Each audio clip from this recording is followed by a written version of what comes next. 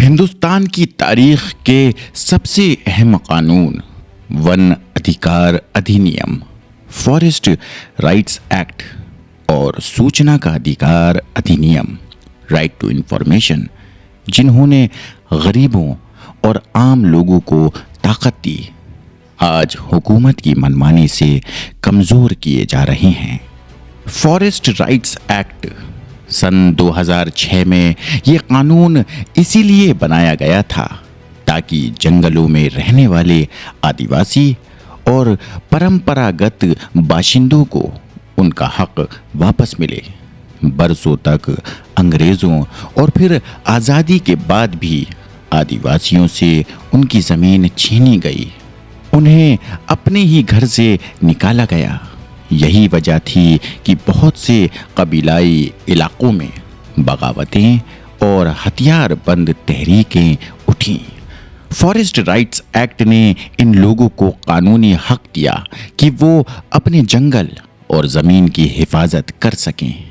इसी कानून की बदौलत उड़ीसा के नियामगिरी पहाड़ पर रहने वाली डोंगरिया कोंद कौम ने मशहूर वेदांता कंपनी की खनन की साजिश को नाकाम किया था। मगर अफसोस 2014 में मोदी हुकूमत आने के बाद हालात बदल गए। अब विकास के नाम पर आदिवासियों से उनका हक छीनना आसान बना दिया गया। कॉरपोरेट लॉबी और बड़े प्रोजेक्ट्स के लिए फॉरेस्ट राइट्स एक्ट को नज़रअंदाज किया जा रहा है। सबसे ताज़ा और ख़तरनाक मिसाल है ग्रेट निकोबार प्रोजेक्ट। सरकार यहाँ एक transshipment port, airport, power plant और टाउनशिप बना रही है। इस पूरे प्रोजेक्ट की कीमत है करीब 81,000 करोड़ रुपये। इसके लिए सरकार 13,000 हेक्टेयर जंगल काटना चाहती है। लेकिन असली सवाल ये है, यहाँ के आदिवासियों की रजामंदी कहाँ है? FRA साफ कहता है कि हर प्रोजेक्ट से पहले ग्राम सभा यानी गांव की पंचायत से इजाज़त लेनी ज़रूरी है। मगर ग्रेट निकोबार में ऐसा कुछ भी नहीं हुआ, बल्कि अगस्त 2022 में निकोबार के डिप्टी कमिश्नर ने झूठा सर्टिफिकेट दे दिया कि सबकी रजामंदी मिल चुकी है, कोई रुकावट नहीं है।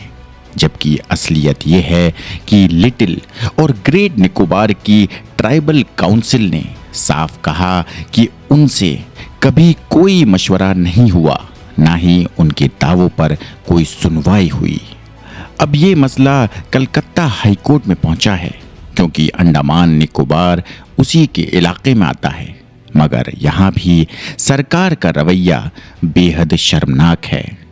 केंद्रीय जनजातीय मंत्रालय, जिसका काम आदिवासियों के हक की हिफाजत करना है, उसने कोर्ट में हलफनामा देकर कहा, हमारी कोई जिम्मेदारी नहीं है, ये काम राज्य सरकारों और यूनियन टेरिटरी प्रशासन का है। जरा सोचिए, वही मंत्रालय जिसने कभी FRA की नींव रखी थी, वही आज अपने हाथ खींच रहा है। ये रवैया और भी चौंकाने वाला इसलिए है कि इस मंत्रालय के वजीर हैं जुअल ओराम, जो खुद एक मशहूर आदिवासी लीडर माने जाते हैं। पहले जिन्होंने कहा था कि वो निकोबार आदिवासियों की शिकायत देखेंगे, मगर अब वही मंत्रालय कह रहा है कि उनकी कोई जिम्मेदारी नहीं है। सवाल उठता है, ये अचानक बदलाव क्यों? जवाब साफ है, सियासी दबाव और बड़े कॉरपोरेट्स का असर।